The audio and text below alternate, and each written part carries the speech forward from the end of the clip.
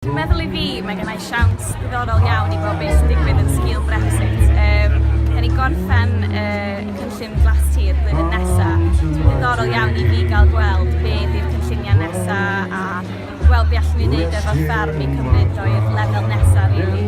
Ond hefyd I fi, mae jyst yn siawns I fi gael siawns o ffarmio ar fy hun. Dwi'n mwynhau ffarmio defaid gan fwyaf, so dyna beth dwi wedi arfer efo pan dwi wedi cael bach o profiad gwaith. So, I fi, dwi'n ffeindio rheoli glaswell yn ddiddorol iawn. Felly dwi'n edrych mlaen at eisiau gweld sut mae symud defaid o gwmpas ar gwahanol adegau yn mynd I weithio. Ond hefyd, mae yna pwyslais reit fawr ar ffarmio efo cadwraeth hefyd, so mae gennau lot o ddiddordeb mewn hwnna, so edrych mlaen.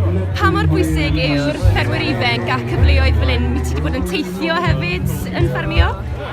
Maen nhw'n gwneud gymaint o wahaniaeth. Ni allan yn Ffrainc yn ffarmio am 2 blynedd, ond o'n i eisiau dod nôl a hefyd mae yna gymaint o gyfleoedd o fewn y diwydiant fama. A mae jyst y siawns I